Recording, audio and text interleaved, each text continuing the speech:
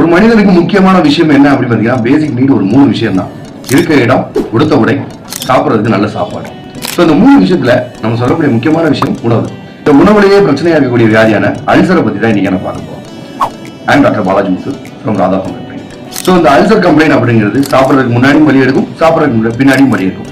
So இதை வச்சு தான் அல்சரை நம்மளால கேட்டகரைஸ் பண்ண முடியும். டியோனியல் அல்சர், கேஸ்ட்ரிக் அல்சர் அப்படின்னு சொல்லி. இது என்ன காரணத்தினால வருதுங்கிறது நிறைய பேருக்கு தெரியும்.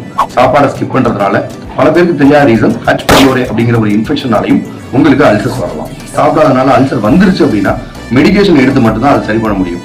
ஸோ அப்படி மெடிகேஷன்ஸ் எடுத்து ஒரு 6 மந்த்ல ஒரு 70 இயர்ஸ் ஓல்டு ஒரு மென் அவங்களுக்கு சரியானது. அவங்க பையன் ஒரு ஃபீட்பேக் கொடுத்திருக்காரு, அல்சர் எவ்வளவு தூரம் சரியா இருக்கு அப்படிங்கிறத பத்தி. அதை நீங்க பார்த்து வாங்க. நான் ஜெயபிரகாஷ், எங்கள் அப்பா பேஷண்ட் ஈஸ்வரன். அவன் வயிற்று எரிச்சலுக்காகவும் ஸ்கின் ப்ராப்ளத்துக்காக டாக்டர் பாலாஜி சார் மீட் பண்ணோம்.